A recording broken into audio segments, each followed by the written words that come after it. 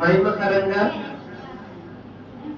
దేవునికి ప్రియమైన బిడ్డలుగా, దేవునికి సొత్తైన ప్రజలుగా, దేవుని మాటకు లోపడే వారిగా ఉండి దేవుడి బలలో మనం పాల్పొందాలి.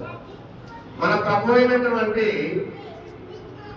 ఆత్మకు యజమానుడైనటువంటి ఆయనకు మనం లోపడి ఆయన శరీరాన్ని మనం తాకాల, ఆయన శరీరాన్ని మనం ఎరవాల, ఆయన రక్తాన్ని మనము పానముగా దాహం తీర్చుకున్నటకు ఈ లోక ధనాపేక్షను చంపుకోవడానికి ప్రభు అయిన యేసుక్రీస్తు రక్తమే నిజ దాహము తీర్చగలిగింది.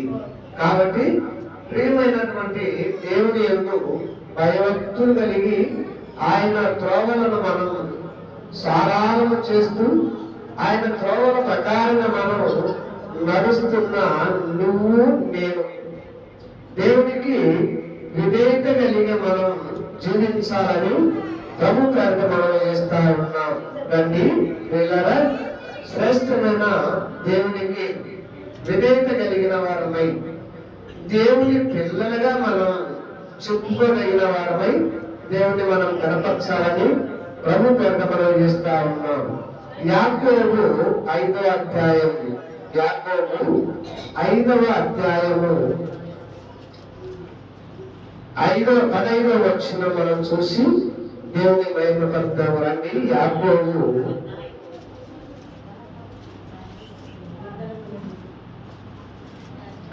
శ్రేష్టమైన దేవుని యందు విశ్వాసం కలిగిన నువ్వు నేను దేవునికి విధేయత కలిగి మనం ప్రభును కనపరచాలని, ప్రభు శరీరంలో మనం ముందుకు సాగుతున్నప్పుడు ఎలా ఉండి మనం ప్రభు వల్ల మనం ముట్టుకోవచ్చు. ఓసారి మనం ప్రభు కనికిడి కలిగినటువంటి ఆ వాక్య భావాన్ని మనం చూసి దేవుని కనపడతాం. రండి 15వ వచనం.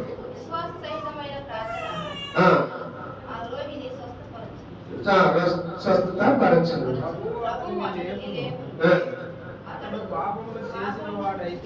పాపము చేసిన వాడైతే ప్రభువుకు విశ్వాసం కలిగిన దేవుని సొత్తైన ప్రజలారా, ఆ విధంగా మనం ప్రభు కొరకు ప్రభు యొక్క శ్రేష్టమైనటువంటి దేవుని దివ్యమైన ఆ స్వరాన్ని మనం వినటానికి, దేవునికి విధేయతగా నడుచుకోవడానికి 15వ వచనం మనం చూద్దాం. రండి, ఏమియో 17వ వచనం. ఏలియా ఏమియో నీకు నాకు తేడలేదు, ఏమియో దేవుని సేవకులకు విశ్వాసులకు ఏమియో తేడేమి లేదు. దేవుడు పక్షపాతి కాడు. నీ మొర ఆలకించిన వాడు నా మొర ఆలకించదగిన దేవుడు. మన పితరులైనటువంటి దావీదు మొర ఆలకించిన వాడు మన మొర ఆలకించే దేవుడు. అదేవిధంగా శ్రేష్టమైన దేవుని యందు విశ్వాసం కలిగిన వాళ్ళారా, ఏలియా మొర ఆలకించిన వాడు మన మొర ఆలకించేవాడు, ఎలీషా మొర ఆలకించిన వాడు మన మొర కూడా ఆలకించే దేవుడు. ఏలియా కూడా ఎలాంటి వాడట? మన వంటి కక్ష విరోధము, ఈ యొక్క శరీరంలో ఆకలి దప్పికి రెండు ఉండవాడే. అయితే ఏలియాకి ఏముందంట చెప్పండి? ఏలియాకు కేవలం దేవుని మీద ఆశ ఆతృత ఒక్కటే ఉందంట. దేవుని కొరకు ఏదైనా చేయడానికి ప్రాణం తెగించేవాడంట. ఏలియా కోసం, దేవుని కోసం ఏలియా యాడ ఉండమంటే ఆన్నే ఉన్నాడంట. అరణ్యం ఉండిపో అంటే అరణ్యం లేకపోయినాడు. ఎవరు లేని కాలం నివాసం చేయకపోతే అన్యం ఉన్నాడంట. ఆయనే చూసుకుంటాడు. ఎడారిలో మనసులు లేని కాలం కూర్చోపో అంటే ఆయన కూర్చొని ఆకలి మాత్రం అడిగినట్టయా, కలుగుతున్నాడయ్యా అన్నాడు. ముఖం కొనుక్కొని ఆ నేల దగ్గర కూర్చోపో అంటే ఆ మొక్క కడుకొని నీళ్ళ దగ్గర కూర్చుంటే శ్రేష్టమైన ఏ ఆహారం అంట రొట్టె మాంసం తీసుకొని వచ్చిందంట కాయ. ఏది కూడా ఎలాంటి వాడంట మనలాంటి స్వభావము కలిగిన వాడే, గల మనుషుడే. అయితే అక్కడ మనం చూసినట్లయితే చూద్దాం రండి. ఏమని రాయబడింది? మనలాంటి మనుషుడే గనుక మనుషుడు అతడు ఆసక్తితో ప్రార్థన చేయగా అతడు ఆసక్తితో ప్రార్థన చేయగా 3.5 సంవత్సరములు వరకు భూమి మీద వర్షము లేదు, వర్షింపలేదు. అతడు మరలా ప్రార్థన చేయగా ఆకాశ వర్షము ఇచ్చాడు, ఆకాశ వర్షము ఇచ్చాను, భూమి తన ఫలం ఇచ్చాడు. దేవుని యొక్క విశ్వాసం కలిగిన వాళ్ళారా, ఎందుకు చెబుతున్నాడంటే నీ పితరులకు ఇచ్చినవన్నీ నీకు ఇవ్వనా? నీ పితరులను ఈలాగా నేను నడిపించిన వారిని నిన్ను నడిపించను. ఎందుకు నువ్వు ధనాపేక్షలో దిగిపోతా ఉన్నావు? ఎందుకు నువ్వు ఈ లోకంలో ధనమని దిగిపోతా ఉన్నావు అని దేవుని వాక్యం ఇప్పుడు మనకు ధనాపేక్షల గురించి మనకు బోధిస్తా వచ్చింది. ఇప్పుడు కూడా ధనాపేక్ష, ఆ ధనాపేక్ష కలిగిన వాళ్ళలో పాల్పొందు పొందితే బ్రతికినంతగా ఏముంటుందంట మనకు? ధనాపేక్షే లేదు లేదు లేదు లేదు అంటున్నా. నీకెందుకు రోజు అంటున్నా నేను వింటుంటాను అంటాడు. అర్థమవుతుంది అంటారా? మాటలు అర్థమవుతుంది అంటారా? నువ్వు ఎప్పుడైతే నాకు లేదు, నాకేముంది, నాకు లేదు నేను నాకేముడి నీకు తీసుకొచ్చి ఇచ్చాను, నాకేముడి నీకు నేను తీసుకొచ్చి ఇచ్చానంటే నువ్వు అంటున్నావు కుమారి నేను ఇంటూనే ఉంటా. ఒకవేళ ఇచ్చే మాత్రం ఈ భాష మర్చిపోతావేమో, ఈ భాష నాకు మంచిదే, నేను ఎలా అనిపిస్తుంది అంటారు. అర్థమవుతుంటారా?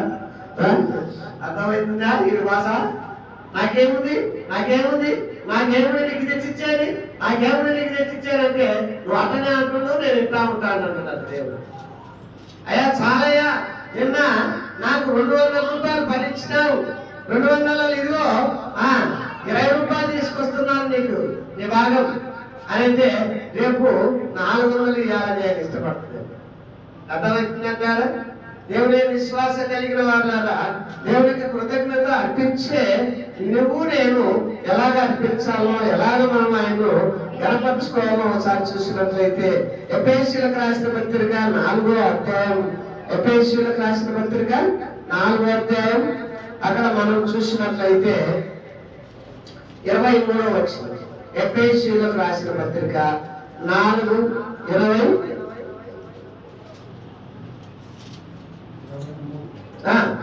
మీ చిత్తవృత్తి యందు నూతనపరచబడిన వారైతే 4వ అధ్యాయం చదవండి. 4వ అధ్యాయం 23వ వచనం. ఎఫెసీయులకు రాసిన పత్రిక 4వ అధ్యాయం 23వ వచనం. నీ చిత్తమైతే నూతనపరచబడిన వారై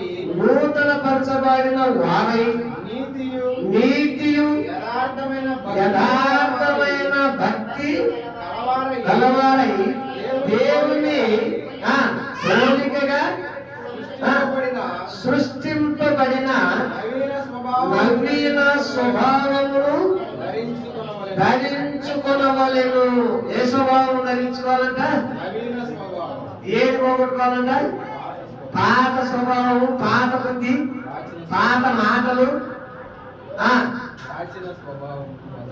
ఆ పాత బతుకు, ఆ నీచమైన బ్రతుకు, ఆ నీచమైన ముచ్చట్లు, ఆ నీచమైనటువంటి మాటలు అవి వదులుకొని ఏం ధరించుకోవాలంట? కొత్త బ్రతుకు ధరించుకోవాలి, కొత్తగా జీవించాలంట. నువ్వు తిన్నా తినకపోయినా సరే బజార్లోకి వచ్చి లెక్కిన నవ్వుతా నిలబడాలి. నువ్వు ఎవరు వలకరియతలకి మూత కట్టుకొని సంపన్నట్టు సారేసుకొని ఇటుంటే పక్కన నవ్వుతారంటే అమ్మకేదో వచ్చింది సంపలేకి సారా అయ్యకు వచ్చింది ఏందో అంత కలెక్టివ్ అని కావాలి అనేవాడు అయ్యగారి మొక్కలు ఏందో ఏమో అయిందట్టుందిగా అయిందట్టుందిగా అంటే మరి ఇంకా ఎవరేం చేస్తారులే ఎవరేం చేస్తారు ఇందులో దరిద్రుడు అని దేవుడు ఉన్నాడు కదంటే దేవుడు ఉండాలే కానీ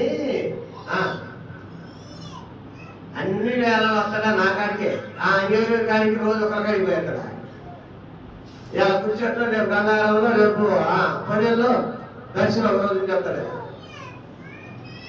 దేవుడు నమ్మిన నువ్వు తక్షణమే పాత అలవాటు పాత బుద్ధి నీచమైన నడవడి నీచమైనటువంటి బ్రతుకు మారి నూతనగా ప్రతిరోజు నీ యొక్క ముఖంలో చిరునవ్వు ఎప్పుడైతే కనబడుతుందో ప్రతిరోజు నీ మాట శ్రేష్టమైన ఆరాధన ఎప్పుడైతే ప్రారంభమైందో నీ మాట ఎప్పుడైతే మోకాల్లోని దేవుడికి నీ యొక్క శ్రమలు అప్పచెబుతావో నీకున్నటువంటి ధనధాన్యం కూడా దేవుడికి ఎప్పుడైతే అప్పచెబుతావో నీకున్నటువంటి సమస్యలు దేవుడికి ఎప్పుడైతే అప్పచెబుతావో అప్పుడు దేవుడు స్పష్టంగా తన దూతను మన మధ్యలో ఉంచుతాడంట.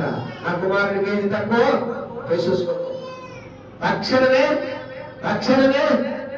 ఆయన ఎన్ని భయభక్తులు గల వారి నిమిత్తము ఆయన రాసిన మేలు ఆయన రాసిన ధనధాన్యము వెంటనే దూతకు అప్పచెప్తాడంట. పోయి ఇచ్చిరాకో నా కుమారుడు అడుగుతా ఉన్నాడు, బాధ్యతగా నుండి అడుగుతా ఉన్నాడు, ఇబ్బందుల్లో నుండి అడుగుతా ఉన్నాడు, హాస్పిటల్లో నుండి అడుగుతా ఉన్నాడు, అవసరాల నుండి అడుగుతా ఉన్నాడు, తన అక్కల నుండి అడుగుతా ఉన్నాడు. నేను ఇవ్వకపోతే ఎవరిస్తారు? నా కుమారుడు నేను కన్నా అది అడిగేదే నన్ను అడుగు. కీర్తన 2:7 స్పష్టంగా ఉంటాయి మాటలు. దేవుని విశ్వాసం కలిగిన వాళ్ళారా ఎవరిని ఆరాధిస్తున్నాం మనం? ఎవరి మీద ఆధారపడుతున్నాం మనం?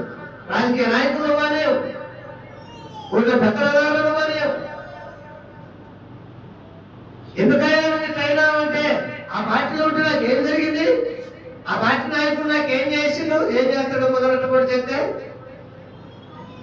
ఆ యొక్క ముష్టి ఏదో చేస్తే ఏం చేస్తాడు?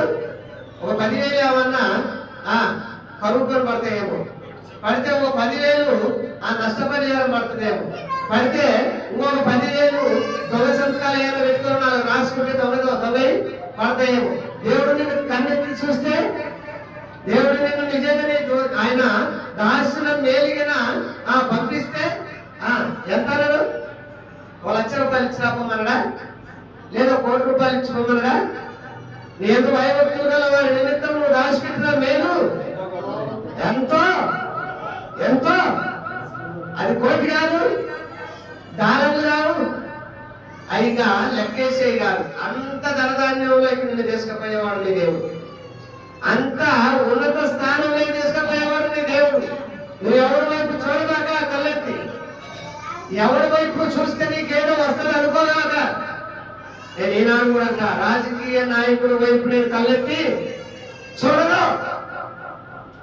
వాడు ఎదరా కన్ని నష్టం ఇస్తే ఎంత ఆయన నష్టపరచాలంటే వాళ్ళు పెడతారు, శుభ్రంగా వాళ్ళు పెట్టి తీసి అవతల పడేస్తారు. ఏం మిగులుతాయంటే చేతులు కాలు మీద ప్రేమ. కానీ దేవుని యందు యథార్థంగా బ్రతుకు, ప్రజలలో నానగాకు, ప్రజల వైపు చూడబాకు. కాకపోతే నీకు ఏదైనా గవర్నమెంట్ అవసరమా? పోయి మొక్క తగాదాడి అడుగు, నాకు ఇది కావాలా, నీకు నేను ఓటేసిన మళ్ళా నీ మొక్క మీద నేను చూడదు కానీ నాకు ఇది అవసరము, ఈ పని నెరవేర్చు. దేవుని స్తోత్రం కలుగును గాక. చూద్దాం రండి. దేవుని యొక్క విశ్వాసం కలిగిన దేవుని సొంతైన ప్రజలకు నీకు నాకు దేవుడు ఏం బాగు చేస్తా ఉన్నాడు చూడండి. 25వ వచనంలో ఏం బాగు చేస్తా ఉన్నాడు? మనము ఒకరికి ఒకరము అవయవమై ఉన్నాము కనుక మీరు అబద్ధమాడుట మాని ప్రతి వాడును తన పొరుగు వారితో నిజమే మాట్లాడు. నువ్వు అబద్ధము మానేసి, నువ్వు అబద్ధం అనేది ఏంటి అబద్ధం ఎప్పుడు పుట్టిందని? అబద్ధం ఎప్పుడు పుట్టింది? భూమి ప్రారంభమైనప్పుడు అబద్ధం ఆడేవాడు ఎవడట? అబద్ధానికి జనకుడు ఎవడు? సాతాను గాడు. సాతాను గాడికి నువ్వు లోనైపోకుండా, సాతాను గాడికి నువ్వు ముద్దు పెట్టవు, ముద్దు కుమారుడిని కాకుండా ఎవరికి కుమారుడు అయి ఉండాలా? యథార్థంగా మాట్లాడే దేవునికి కుమారుడు అయి ఉండాలి, దేవునికి కుమార్తె అయి ఉండాలి. అప్పుడే నీకు దేవుని దీవెన నీ మీదకి వస్తుంది. అప్పుడే దేవుని యొక్క ఆశీర్వాదము, ఆయన యొక్క సంతోషమైన ఫలములు మన ఒళ్ళో అనుకోకుండా వేస్తాయి. పాపం చాలా మంది అన్యులు దేవుని ఎరగని వాళ్ళు పాపం వచ్చి మందిరాలకు వచ్చి ప్రార్థనకు వచ్చే వాళ్ళు చాలా మంది చూస్తారు. ఒక యాప్లికాయో వత్త ఒక 2 అరటికాయలు తీసుకొని వచ్చి ప్రార్థన చేసి అన్న నా ఒళ్ళే అన్న నువ్వు ప్రార్థన చేసి నా ఒళ్ళే అన్న. ఏంటికన్నా అంటే ఫలాలు లేవన్నా, గర్భఫలం లేదన్నా. ఆ ఫలం నేను ప్రార్థన చేసిస్తే ఒకవేళ నువ్వు దేవములు పెట్టుకొని కళ్ళగత్తుకుండా పెట్టుకుంటే 3వ రోజు కులిపాయ కాయ కులిపాయ. అది ఏం చేయాలా? పాపము ఒక కర్ర వేయించి పాపం కాయగా తలకు పోసుకునే లేదు, ఒక్క పొద్దుంటో ఏదేదో చేసి పాప కర్ర ఊపుకుంటూ అక్కడ బజారు ఊపుకుంటూ వస్తే ఈ ఆడపిల్లలు పిల్లలు ఏదో పోయి పాపం చెరుగు పడుతూ ఊపితే పాపం పూలలో ఆ ఈగల ఆ రెప్పలు రాలకపోతే 3 రెప్పలు 4 రెప్పలు రాస్తే నాకు 3 పూలు రాలి, నాకు 3 ముగ్గురు కొడతారట. ఇదేమన్యాయమండి? సజీవమైనటువంటి దేవుడు, నీ గర్భఫలం తెలిసే దేవుడు, నీ కన్నీరు తుడిసే దేవుడు, దేవుడు ఓగటి ఎంత అన్యాయం అండి ఇది అసలు. అలాంటి స్వభావం, పాత బుద్ధి, పాత నడవని నువ్వు ఆపేసుకుంటే నువ్వు ధన్యురాలివి, నువ్వు ధనికుడు. చూద్దామండి, శ్రేష్టమైన దేవుని విశ్వాసం కలిగిన వాళ్ళారా. ఆ భాగంలో 27వ వచనం మనం చూసినట్లయితే ఒక స్పష్టమైన మాట కనబడుతుంది. చూద్దామండి, 27వ వచనం. అపవాదికి చోటివ్వకుడి,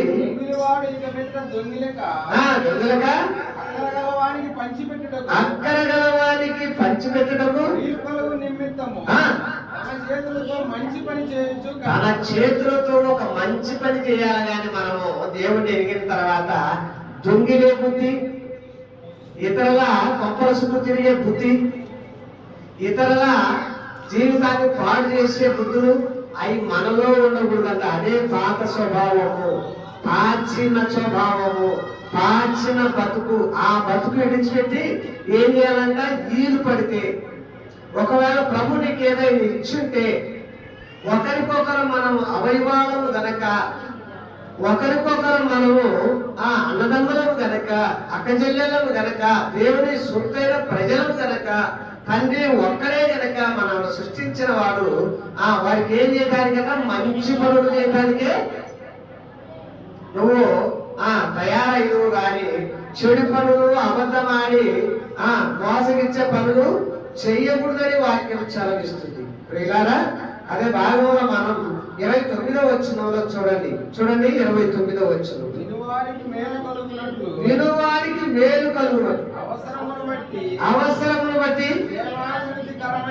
సేవ, క్షేమ, అభివృద్ధి కలమైన అనుకూల వచనమే పలుకుడు గాని దుర్భాషను రాయకూడదు.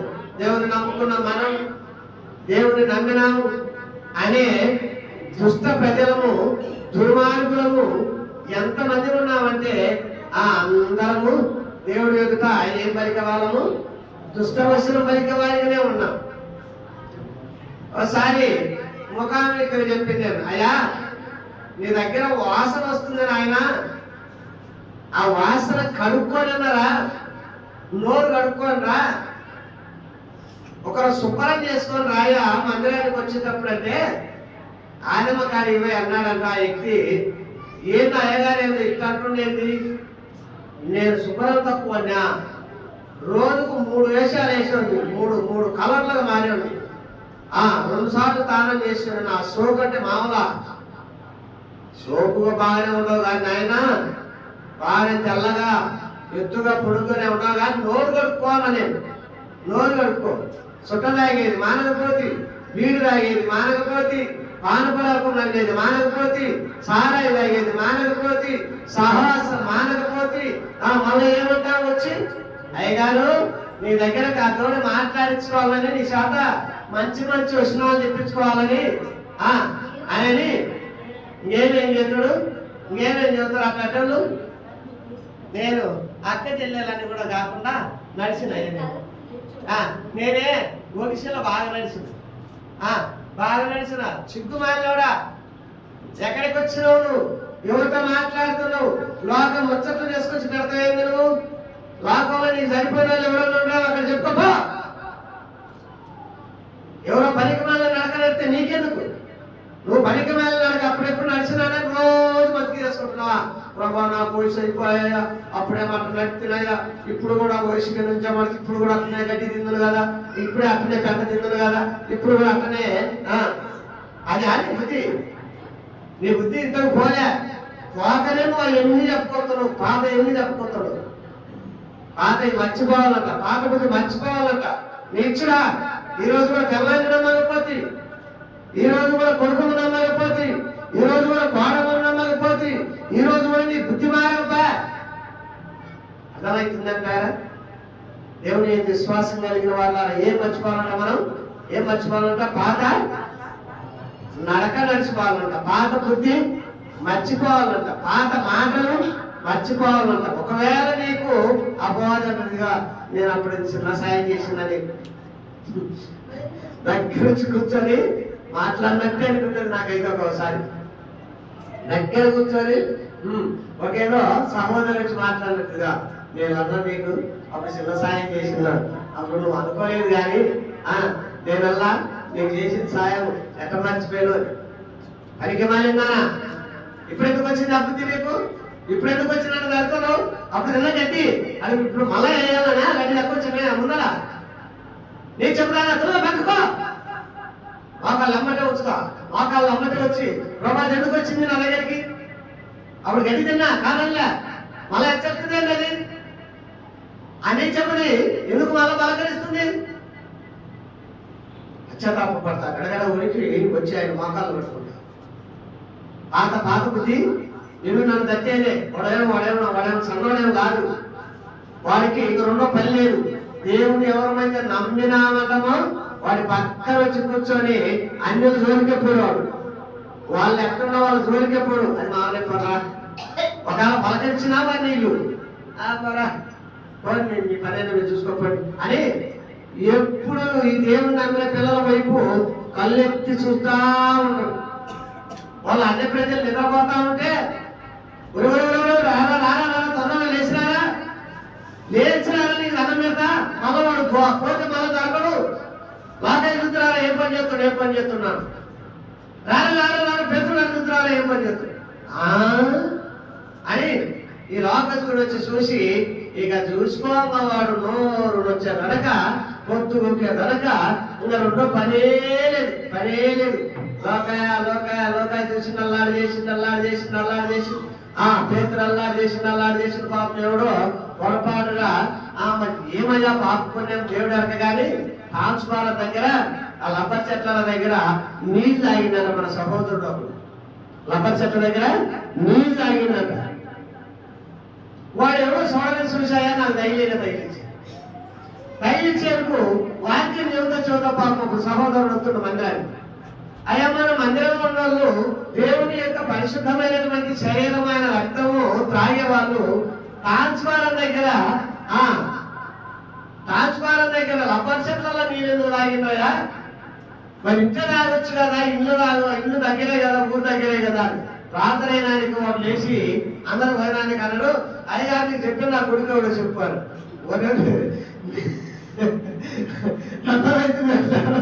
నేను ఎప్పుడు తాగినా లబ్బర్ చెట్లలో నీళ్ళు చెప్పి నా కొడుకు చెప్పి ఇప్పుడే పోయి చెప్పులు పెడతాను అంటే నువ్వు చూద్దాం కదా చెప్పాలా? పాత్ర గారు చెప్పాలి. అర్థమవుతుందంటారా? అపవాదిగా ఏం చేస్తాడంటే ఎక్కడ మనం పొరపాటు చేస్తే వాడు పని పెట్టుకొని వాళ్ళను ఆ అన్య ప్రజలు వ్యాప్తి శూన్యకానికి సిద్ధంగా ఉంటాడు. అందుకే మనం ఎట్లుండాలా? పాత స్వభావము పాత తలంపు రాగలోనే చిచ్చి పనికి మాలిందానా ఆ బుద్ధి ఎందుకు, మళ్ళా ఆ ఆలోచన ఎందుకు వచ్చింది, ఆ ఆలోచన ఎందుకు రానిచ్చినావు అనేది చెప్పు చేత మనమే కొట్టుకోవాలి. అర్థమవుతుందంటారా? దేవుని యందు విశ్వాసం కలిగిన దేవుని సొంతైన ప్రజలకు మరొక భాగంలో మీకు చూపిస్తారండి. దేవుని యందు భయభక్తులు కలిగిన 30 వచనంలో మనం చూసినట్లయితే అక్కడే 30 వచనంలో దేవుని పరిశుద్ధ ఆత్మను దుఃఖపరచకుడి. మనం తప్పు చేసి ఎవరు దుఃఖపరిచినట్టు చెప్పండి. ఇప్పుడు చేతులు ఎత్తి చెప్పండి అందరూ. మనము తప్పు చేసి ఎవరిని దుఃఖపరిచినట్టు? అమ్మ నీ చాలే అమ్మ నీది నాకు తెలుసు. కానీ వీడు తప్పు చేసిన వాడు ఏమంటాడు? విశ్వాసి అయ్యా నీ తప్పు అంటే అమ్మ చాలే అమ్మ నువ్వేదో పెద్ద అయినట్టు నన్నేదో చేయబెట్టుకుంటాడు. ఈ విశ్వాసం ఏమనుకుంటుందంటే ఈ దరిద్రుని కదిలించినంత నాకే ఒకటి చెప్పులో వచ్చినట్టుందని ప్రభా నువ్వే చూసుకోయ్యా మోకాళ్ళు వచ్చిందనుకో, ఎదురు ఆదం చేయకుండా నువ్వే చూసుకోయ్యని మోకాళ్ళు వచ్చిందనుకో, ఆయన చూసిందనుకో, చూస్తే ఏమైంది? ఆయన చూస్తే ఒకసారి చూస్తాడు, 2 సార్లు చూస్తాడు, 3 సార్లు చూస్తాడు. ఇక ఇంకా మాలో ఉండదు ఆ పని. అది ఒక మేకపోతుంది ఏదో చెప్పాలని వచ్చింది సాక్షి. అది ఒక మేకపోతుంటే పాప అంజయ్యకు తోలిపెట్టింది. రోజు ఒక ఇంటికి వరుసగా 15 రోజులేమో చెప్పింది. 15 రోజులేమో చెబితే రోజు ఒక ఇంటికే పోయి ఎత్తుకులాడుతూనే ఉంది. ఒకరోజు పెద్దపూడంలో ఎత్తుకులాడినాము. ఆ యానగల మేకలలో పోయినాదంటే చీకట్లో పోయి బండి సరిగా ఎత్తెత్తి ఆడుతా ఉంది. ఆడబడి పడతామని అనిపించింది. అంతలా తిరిగి ఊర్లో ఉంటే తీసుకొచ్చి రోజు ఒక ఇంటికి దాంతో ఏమైతుందంటే ఏడ ముగ్గురు కనపడితే ఆడిపోతుందని నా వల్ల కావడం లేదయ్యా. చూసి ఏం చేసినామంటే ఒకరోజు ఈ దొడ్లోనే 2 కర్రలు తీసుకొచ్చి చలికాలం కాబట్టి బిర్రు కొద్ది శరీరం చెత్తలేసి ఏదో నేను చాలాసార్లు నేను కొట్టించిన పక్క నుండి పిల్లల చేత ఇట కొట్టండి ఆ రోజు ఏదో కోపం వచ్చి వాళ్ళని పట్టుకోమని నేనే పిరికి నిండా గుండ్రాయి తీసుకొని నాకు రెక్కన వచ్చేదానికి గుద్దితే ఏమని చిరిగి ఆ బొట్టలని చిరిగి పగిలి శరీరం నిండా అయింది. శరీరం నిండా భయంకరంగా మా చిన్న కొడుకు దాని ఎమ్మిది చత్తది. అమ్మ దాన్ని సంపదెట్టరా అతను అమ్మితెట్ట దాన్ని కోసేస్తారు. అది తప్పు చేసింది కాబట్టి నేను కొట్టి దాన్ని ఏం చేయాలి? మళ్ళా నేను దాన్ని మళ్ళా బ్రతికించి ఇప్పుడు ఆ చెడుతనం దాంట్లో లేదు, స్వచ్ఛమైన జీవితం జీవిస్తుందని అనిపించాను. 2-3 సార్లు అన్నాడు. వాసన కంపు కొట్టిపోయింది, గచ్చలంతా చండాలమైన పుండైపోయింది, అది బతకదు అన్నయ్య అంటే ఇప్పుడు పాపం అది ఇంజక్షన్ చేసి దాన పెట్టుకొని ఆత్మహత్యాలు తీర్చేసుకొని దాన్ని బ్రతికించుకుంటే ఇప్పుడు కనపడితే దగ్గర బాబు దాన్ని మూతి పట్టుకోండి, ముద్ద పెట్టుకోండి, మంచి బుద్ధి వచ్చింది మేకపోతు అని కాచేవాడిని. ఇదిగో నా మేకపోతు ఎవరు తప్పనడుతుంది అప్ప అసలు మేసి వదలమనుకుంటుందయ్యా. ఎంత మంచి బుద్ధి వచ్చిందండి. ఎప్పుడు వచ్చింది? ఎప్పుడు వస్తుంది ఆ మంచి బుద్ధి? ఎప్పుడు వస్తుందండి? ఎత్తయ్యా జరిగినప్పుడు శరీరము నరగొట్టినప్పుడు దేవుడికి స్తోత్రం కలుగుడు గాక. నిజంగా ఇప్పుడు కనపడితే అర్చుకున్న దగ్గరికి వచ్చి నాకు తెలుసు నన్ను కొట్టినావు, నన్ను ఎంత సాగనేవాడి అధికమాలోడా నీ దగ్గరికి రా నన్ను. నోరులేని ఆ పశువుకు అంత జ్ఞానం ఉంటే ఎన్నిసార్లు కొట్టింటాడో మన దేవుడు. అంత చిదకొడితే నిజంగా చచ్చిపోతాం. మనం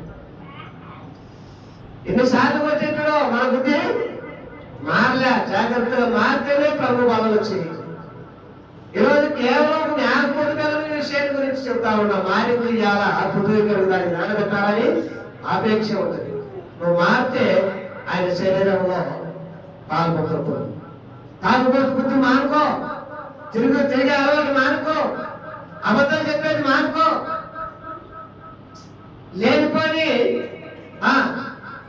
కొంపల వచ్చే ఆ యొక్క చెడుతనాలు మానుకుంటే నజరేయుడైనటువంటి యేసు రక్తము నీ పాపాలు కడిగి పవిత్రపరిచేది, నీ ఆకలి తీర్చేది, నీ దప్పికి తీర్చేది. ఇష్టానుసారంగా తిరిగి వచ్చి వారమంతా మనలో ప్రభు శరీరాన్ని ముట్టుకోవడానికి నీకు ఎన్ని గుండెలు, ఎన్ని అపవిత్రంగా మాట్లాడి ప్రభు పరిశుద్ధమైన రక్తం త్రాగడానికి నీకు ఎంత ధైర్యం, ఎంత అహంకారం, ఎంత బలం, ఎన్ని గుండెలు, ఎన్ని కన్నులు నీకు. ఎన్నిసార్లు చెప్తా ఉన్నాం వాక్యం, ఎన్నిసార్లు గద్దించి చెప్తా ఉన్నాం. ఏమైనా నీ శరీరం అంత జముకు పుట్టిందా నీకు, అంత వణుకు పుట్టిందా నీకు, అంత ఏమైనా నీకు చింత ఉందా? చింత ఉంటేనే నువ్వు బలలో పాల్గొంటుండవచ్చు. చింత పడితేనే నువ్వు బైబిల్లో బైబిల్ లేకొచ్చి వాక్యం చదివి నువ్వు వణుకుతూ ఉంటేనే పరిశుద్ధమైన లేఖనాన్ని ముందు పెట్టు, పరిశుద్ధమైన ఆయన శరీరంలో నువ్వు పాల్గొంటున్నావు. నీ మాట సత్యసేవలు, నీ మాటకు ముందు ఆయన నడిచి నీ యొక్క త్రోవ సారాలను వేయగలిగినటువంటి సర్వోన్నతుడు నీ ముందుంది. చూద్దాం రండి. అదే ఎఫెసీయులకు రాసిన పత్రిక 6:5 చూద్దాం రండి. ఎఫెసీయులకు రాసిన పత్రిక 6 ఎఫెసీయులకు రాసిన పత్రిక 6:5 దాసులారా యథార్థమైన హృదయము గలవారై భయముతోను వణుకుతోను క్రీస్తునకు వలె శరీర విషయమై మీ యజమానులైన వారికి విధేయులయుండుడి. మీ యజమానులైన వారికి అర్థమవుతుందంటారా? పురుషుడైతే నీ ఇంట్లో యజమాని ఎవడున్నాడో, నీ మందిర ఆవరణంలో యజమానుడు ఎవడై ఉన్నాడో, స్త్రీలైతే నీ ఇంట్లో నీకు యజమానుడు నీ భర్తే, నీ యొక్క మందిర ఆవరణంలో నీ సేవకుడే నీకు యజమానుడు. నీ పెద్ద నిర్మించినటువంటి నీ సేవకుడికే నువ్వు భయపడకపోతే దేవుడు కనబడని వాడికి నువ్వు ఎట్లా భయపడతావు అని చూడండి. ఆ కింద వచ్చిన చూసి దేవుని భయపడతామని మనుషులను సంతోషపెట్టువారు చేయనట్లు కంటికి కనబడుటకే కాక క్రీస్తు దాసులమై ఎరిగి దేవుని చిత్తమును మనస్ఫూర్తముగా తరిగించుచు మనుషులకు చేసినట్లు కాక ప్రభువునకు చేసినట్లే ఇష్టపూర్వకముగా చావచేయండి. దేవునికి మనుషులకు చేసినట్లు కాదు, మనుషులకు ఏదైనా సహాయం చేసినట్లు కాదు, దేవునికి సంపూర్ణంగా మనం సేవ చేసినట్లు. అది నీకు చెబుతుండేమో వాక్యం. అర్థమవుతుందంటారా? ఇప్పుడు వినేవాళ్ళు మీరంతా ఏమంటా ఉన్నారు? నీకు చెబుతుండేమో, నువ్వు అంట సరిగ్గానంట చెయ్యి, సరిగ్గానంట చెయ్యి, మాకు కాదు, మేము ఎంతున్నా ఇబ్బంది లేదంట. కాదండి, దేవుని ఇప్పుడు చెప్పండి, క్రీస్తులకు దాసులై ఎరిగి ఏ పని చేసినా, నువ్వు సాపలేసినా మనుషులకు చేసినట్లు కాక, నువ్వు వంట భోజనము మందిరంలో భోజనం పరిచయం చేసినా ఎవరికి చేసినట్టు? దేవునికి చేసినట్లు. దేవుని మందిరాలను తుడిసిన దేవుని యొక్క ఆలయం అంతా, దేవుని ఇంటి అంతట్లో మోసే నమ్మకమైన వాడు. దేవుని ఇల్లు ఎవరైతే తుడుచుకున్నారో దేవుని ఇల్లు అంతట్లో నమ్మకమైన వాడు, ఆడపిల్లైనా మగపిల్లడైనా. దేవుని యొక్క మందిరంలో భోజనానికి గంధకాలు సిద్ధపడి వచ్చి ఆ పరిచయం చేసినారో దేవునికి నమ్మకమైన దాసులై ఉండడు. అదేవిధంగా దేవుని యొక్క మందిర ఆవరణలో ఇన్నడు మంచినీళ్ళు సాయం చేసిన ఎవరికి చేసినట్టు? దేవునికి క్రీస్తు దాసులమై దేవుని యొక్క ఆలయంలో ఒక పరముట్టుగా ఉన్నాడు. అప్పుడే దేవుని బలలో పాల్గొంటున్నారు. అప్పుడే దేవునికి ఇష్టంగా బ్రతకాలి. చూడండి కింద వచ్చిన మనం చూద్దాం.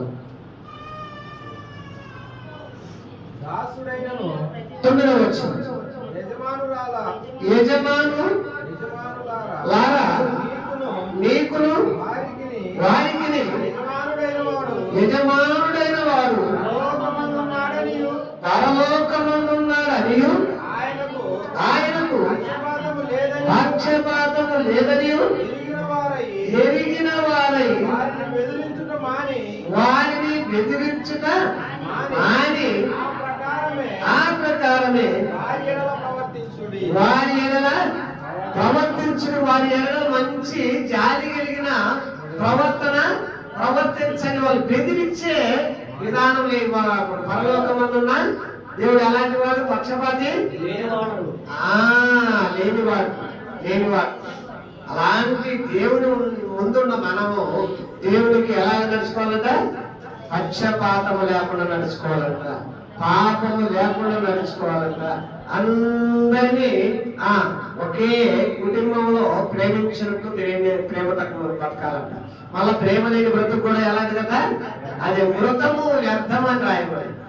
నువ్వు ప్రేమ లేని వాడవైతే, ప్రేమ లేని దానివైతే నువ్వు మృతుడవే, సచ్చినోడితో సమానమే. సచ్చినోడిని అందోడి వాకించినా ఏమంటున్నాడు?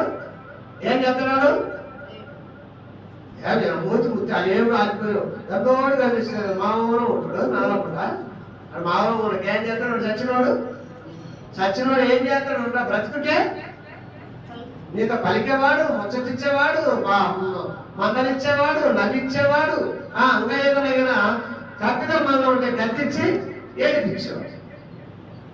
ప్రేమ అనేది మహాశ్రేష్టమైంది. అందరితో సమాధానం కలిగి బ్రతికేది ప్రేమ. శావకులలో కూడా ఎంతో మంది ఉన్నారు. ప్రేమతో పలకరించుకుంటూ పోయే శావకులు ఉన్నారు. మూతిట ముడుచుకొని ఇళ్ళ ముందుకు వచ్చి దేవాలయం సొంతమై ఆ నుంచి అట్లా వెళ్ళిపోయే వాళ్ళు, ఇంటింటికి తిరిగే వాళ్ళు. ఇంటింటికి తిరగొద్దనే బైబిల్ చెబుతుంది. ఇంటింటికి తిరిగే వాళ్ళు కూడా ఉన్నారు.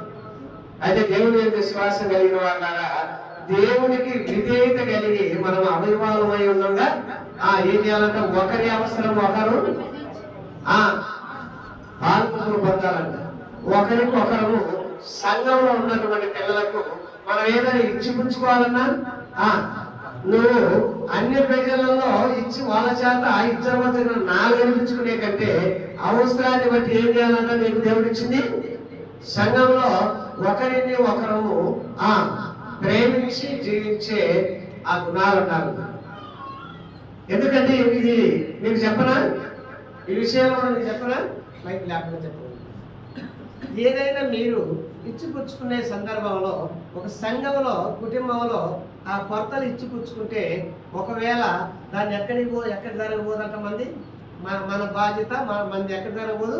స్టేషన్ దనక, గద్వాల దనక, బజార్ దనక, కోర్టు దనక పోదంట. సంఘంలోనే కూర్చొని అయ్యా మరి ఈ లోకయ్యకు ఒక ఇచ్చిన నేను ఆయన ఏదో ఇయ్యాల రేపు అంటున్నాడు. ఒకసారి మందలు ఇచ్చానంటే ఎట్ట మందలు ఇస్తారంట? ఒకరు, ఇద్దరు, ముగ్గురు కలిసి పోయి ఇంటికి పోయి క్రాముగా కనిపిస్తారు. ఆ తర్వాత అప్పుడు కూడా వెళ్ళకపోతే ఏం చేస్తారంట? సంఘమే పోయి మందలిస్తారు. అప్పుడు కూడా కదలకపోతే అతను ఏం చేస్తారంట? అన్యుడిగా ఏంచి నువ్వు అక్కడే ఉన్న మందిరం నీకు రాగా, మందిరం తప్పు చేయగలవు. ఎంత క్రమమో చూడండి. మీరు సంపాదించుకున్న పావులు కాడ నువ్వు సంఘంలో ఉంచుకున్నావు అనుకో, కుటుంబంలో ఉంచుకున్నావు, నీకు ఏ ఇబ్బంది రాదు. వేరే సంఘం వాడికి మనం జాలి కలిగించినాం అనుకో పారేసుకున్నాడు. వాడు పాలకడు, కులకడు, వాడు రాడు, వాడు సంఘంలో నిలబడు. అందుకే చూసారా ఇందాక మనము అవయవాలు గనక విన్నారా మాటలు? స్పష్టంగా ఉంటాయి ఆ మాటలు. ఒకరికి ఒకరు ఉన్నారు కాబట్టి ఒకరి అవసరాలలో ఒకరు పాల్గొని పొందండి. చిన్న వాక్యం దేవుడు ఆశీర్వదించి దీవించబడును గాక. ప్రియ సహోదరి సహోదరుల చివరి భాగంలో మీకు ఒక్క మాట చెప్పి ముగిస్తానండి. కొరింథీయులకు రాసిన పత్రిక 9వ అధ్యాయం 16 వచ్చింది. 1 కొరింథీయులకు రాసిన పత్రిక నేను సువార్త ప్రకటించుచున్నాను. నేను సువార్త ప్రకటించుతున్నాను. నాకు అతిశయ కారణము లేదు. నాకు అతిశయ కారణము లేదు.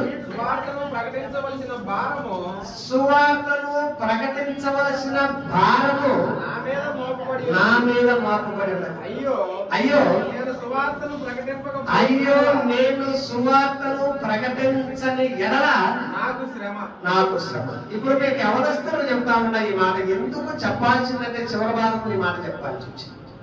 మీ ఇద్దరు యవనస్తులు సువార్త కోసము ప్రయాస పడుతున్నారు కాబట్టి సువార్తే మీరు మీ మాట రావాలి. కానీ సువార్త ఏమిటంటే సువార్త అనేది ఏమిటంట చెప్పండి. మీరు ఎక్కడికి పంపించినా,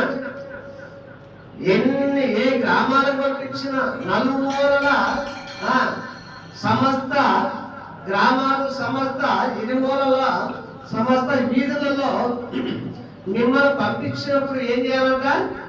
క్రీస్తు శ్రమల గురించి, క్రీస్తు మన కొరకు శిలువలో వేలాడదీయబడింది. క్రీస్తు మన కొరకు రక్తం చిందించింది. ఆ రక్తము దేని అవసరానికి చిందించింది? యేసుక్రీస్తు ప్రభు అంటే సమస్త పాపుల ఆ పాపాలు కడుగుటకు, సమస్త పాపములు తీసివేయబడుటకు, సమస్త ప్రజలు క్రీస్తు వైపు మలుటకు, సమస్త ప్రజల పాప భారము శిలువ మీద మోయబడి తిరిగి మనలను సజీవం ఉంచడానికి క్రీస్తు దాసులుగా, క్రీస్తు సువార్త మా మీద భారముగా ఉంచున్నాడని. ఇంకేమైనా కాకండి. మీరు ఏ రీతిగా మీకు మీరే పేరైపోతారు. మీరు పండిపై అన్ని విషయాలలో మీరు నడవలేక కాళ్ళు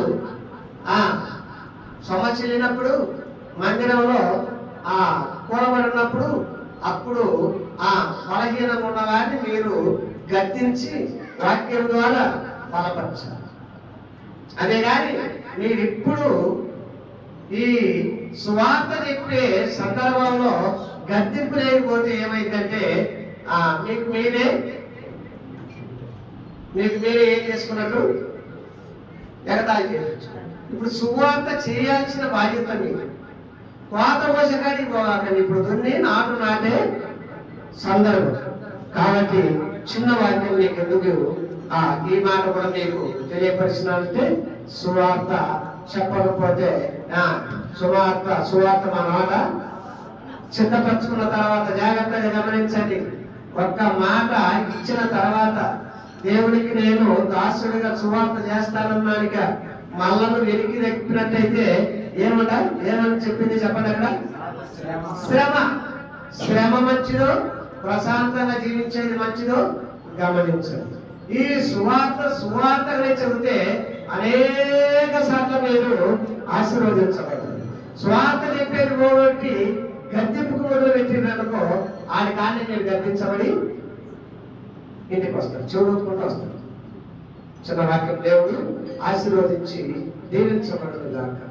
దేవుని యొక్క భయభక్తులు కలిగి ఆయన యొక్క త్రోవలో, ఆయన బలలో పాల్గొంటూ పడేటప్పుడు, ఆయన యొక్క శరీరాన్ని పుచ్చుకునేటప్పుడు ధైర్యంగా మాకేం కాదనుకుంటున్నారేమో, ఆయన ఒక్కటే నేను మంచిగా నేను మేలులే. ఆయమ్మ మొన్న మొగుడి మీద కాలు దిగింది, మొగుడి మీదకి చెయ్యెత్తింది. నేను ఎప్పుడు కొట్టలేదులే నా మొగుడిని, నేను ఎప్పుడు తిట్టలేదులే, నేను శిలమ ఒక్కటే కదా చూసింది, నేను మొన్న గ్రామకు ఒక్కదానికే కదా పోయింది, నేను మొన్న బుల్లికొండ కన్నాలకు ఒక్కదానికే కదా పోయింది, నేనేమన్నా అయ్యే రోజు పోతున్నా. మొన్న మా ఊళ్ళో ఒకటేమని చూడాలనుకుంటే తిరణాలకు మొన్న ఒక్కరోజు కదా నేను పోయింది. ఆ సాగులు చెప్పుకుంటే నిజంగా నీకు నువ్వే శిక్షా విధికి తిని త్రాగిన దాని అవుతావు, శిక్షా విధికి తిని త్రాగిన వాడు అవుతావు. పురుషులైతే రోజు వాడల్లా బాప్తీసం తీసుకొని తాగటంలే. నేనేమో తాగిన సిగరెట్ ఒక్కటే కానీ తాగింది. వాడు సారాయి తాగుతూ వాడేం సావలేదు. కానీ నేను సిగరెట్ తాగుతూనే సత్తున్నా మంచిదే. బాప్తీసం తీసుకొని వాడు మొన్న అమ్మవారికి జాగ్రత్త చేస్తుంటే వాళ్ళు చుట్టాలు చేసుకపోతే తినలే, పక్కన ఉంటే తినలే, కాస్త ఇంటికి తెచ్చుకోలే. నేనే ఊరికి పోయి పక్కన తిన్నా పక్కన పెళ్లి రోజు పోతే పెళ్లి రోజు పోయింది ఏదన్నా పెళ్లి పోతున్నావా ఏదేసానికి పోతున్నావా? కొలుపు పోతే కొలుపులో తొలగ తిన్నావా లేకపోతే యువతలకు వస్తే ప్రాంతం వస్తున్నావా? లేదే అయ్యే తిన్నావు. ఏదైతేనే ఆ ప్రాంతంలో పోషిస్తే ఏదైనా ఒకటి ఆ స్థితిలో ఏం పెట్టినా అదే. నువ్వు ఇంట్లో పాశం అనుకున్నా ఆడి తీసుకుపోయిన ఏది పోతే ఏడులో పాశం. నువ్వు ఇడి రోజు పో తిను, ఇడి రోజు పోయి వండుకొని తిను, ఇడి రోజు పోయి మాంసం తిను. బల్లలో నువ్వు పాల్గొంటూ పొందుతున్నావు జాగ్రత్త. బల్లలో పాల్గొంటూ పొందకపోతే నేను ఇబ్బంది ఏం లేదు. ఇప్పుడు స్త్రీలకు కొంచెం ఒక మంచి ఛాన్స్ దొరికింది కదా బాప్తిసం తీసుకోవడానికి. అందుకని నేను తీసుకోదా, అందుకని నేను 10 ఏళ్ళ నుంచి తీసుకోవాలని అనుకుంటున్నా. కానీ ఇట్లా లింక్ వస్తుందని నేను తెలియగలదాన్ని, అందుకని నేను నా ఇష్టం. మాస్టర్ గారు అన్నది కదా బాప్తిసం తీసుకోకుండా నీ ఇష్టం చేయగలిగినా ఎవరు కదిలించేవాళ్ళు లేరు. అందుకనే ఓ జాగ్రత్తగా నేను కాలాన్ని జరుపుకుంటూ వస్తాను. కాలాన్ని జరుపుకుంటూ వస్తున్నావు. కాలం ఒక రోజు ప్రభు పిలిచే రోజు ఉంది. ఆ రోజు ప్రభువు పంపినటువంటి వాడవస్తుంది రక్షణ వాడవస్తుంది. ఆ వాడలో నువ్వు ఎక్కడానికి నీకు టికెట్ ఉంది అని ఆంచేరుపురము గ్రామస్తులు తీసుకుపోవడానికి వాడవస్తుంది రక్షణ వాడవస్తుంది. నమ్మిన వారికై పరలోక పట్టణమునకు నమ్మిన వారలకై వాడవస్తుంది రక్షణ వాడవస్తుంది. చక్కగా దేవుని యందు భయభక్తులు కలిగి ఆయన యొక్క త్రోవలు నడిచి ఆయన వాడ ఎక్కడానికి ముందే టికెట్ బుక్ చేసుకున్న వారు ఏమైంటారు? కాస్త ఆలస్యమైనా అయ్యా పిల్లలు ఏడుస్తున్నారు, మా భర్త ఏడుస్తున్నారు, కొంచెం ఒక 5 నిమిషాలు ఆగమంటే ఆగటానికి కూడా సిద్ధంగా ఉంది. బస్సు ఆంధ్ర పడతా ఉంటాడు, బస్సు ఫోన్ చేస్తా ఉంటాడు, రండి ఆలస్యం అవుతుందండి. అయ్యా పిల్లలు విడిచిపెట్టి వస్తున్నాం, ఒకటే మన కాళ్ళకి ఏళ్ళకి పడుతున్నాడు, అయితే తొందరగా రండి. టికెట్ కూడా లేకుండా బస్ కాడికి వచ్చిందా చేతున్న పత్రం ఏందని అంటే వాడు ఆకి ఏమన్నా నీ అబ్బాయి అనుకున్నావా బస్సు నీ చేయబడి అనుకున్నావు. ఏమన్నా ఇక్కడ ఏమన్నా అధికారం ఏమన్నా ఉందా? టికెట్ చూపించు. టికెట్ చూపించలేదులే కానీ టికెట్ లేదులే కానీ ఆపితే నీ అబ్బ సొమ్ము పోయిందంటే ముందు టికెట్ బుక్ చేసుకుంటే నీ అబ్బ సొమ్ము ఏమైంది? బుక్ చేసుకోకుండా ఉంటే నీకోసం నేను ఆపి ఉండమంటా. అయితే శిలువ మీద ఎలాడదీస్తా ప్రాణం కొట్టిమిచ్చాడుతున్న ఒక దొంగ కూడా అప్పటికప్పుడు అడిగిన టికెట్. అయ్యా నీ చిత్తమైతే నేను నీ వాడమనేది ఆపమని నేను చెప్పలేదు, కానీ మళ్ళా వస్తావు కదా నువ్వు, వచ్చినప్పుడు ఈ దీనిని ఒక తర్వాత జ్ఞాపకం చేసుకోయ్యా. ఈ పాపిని నేను నిన్ను ఎరిగి ప్రాణం ఎడుతున్నాను. నువ్వు నిజరక్షకుడవు, నువ్వు లోకరక్షకుడవు, దేవతలకు దేవుడవు, సమస్త రాజులకు రాజు, సృష్టికర్తవు. పరలోకంలో నీవే, భూమి మీద ఉన్న నీవే, భూమి కింద ఉన్న నేల యందు నీవే, సమాధులలో నీవే, సజీవులలో నీవే, పరలోక దేవతల స్వరూపులు గెలుపులలో నీవే. నీకు సమస్తం అధికారం ఉందయ్యా, నన్ను ఒక్కడ జ్ఞాపకం చేసుకోయ్యా. అప్పుడు నేను వచ్చినప్పుడు నీతి మంతులు అందరిని వేస్తానంట కదా, అప్పుడు నన్ను కూడా జ్ఞాపకం చేసుకోయ్యా అంటే యేసుక్రీస్తు ప్రభు ఏమన్నాడు? నేనే ఎంత పశ్చాత్తాపడి అడుగుతున్నాను వాటి నా కుమారుడు నేనే అంటే ఈ రోజే ఇప్పుడే నాతో భాగ్యం అండి. ఆ రోజు అడగాలనుకుంటావు కానీ ఒకవేళ నిన్ను నన్ను అడగటానికి సమయం ఉన్నది కనుక ఆ రోజు రాత్రులకే, ఆ సమయం రాత్రులకే రక్షణ పొందండి. ఆ సమయం రాత్రులకే ప్రభు బలలో పాల్పొందులు పొందండి. ఆ సమయం రాత్రులకే ప్రశాంతంగా జీవించండి. ఆ సమయం రాత్రులకే లోక ఆశ విడిచిపెట్టి లేని పిల్లలని గంతులేయండి దేవుడి పని. అది శ్రేష్టమైన క్రైస్తవ పని. అది శ్రేష్టమైనటువంటి మానవ జీవితం. ఎప్పుడు దిగులు, వేదన, చింత పెట్టుకొని నాకు రాలేదు, నాకు గడిచి రాలేదు, నాకు గడిచి రాలేదు, నాకు గడిచి రాలేదు. ఏం గడిచేస్తుందంటే నీకు వేదన గడిచేస్తుంది, బాధ గడిచేస్తుంది, దిగులు, చింత గడిచేస్తుంది. చిన్న వాక్యం దేవుడు ఆశీర్వదించి దీవించబడుగా. దేవుడు ఆయన పరిశుద్ధమైన నామానికి మహిమ కలుగుగా. ఆమేన్.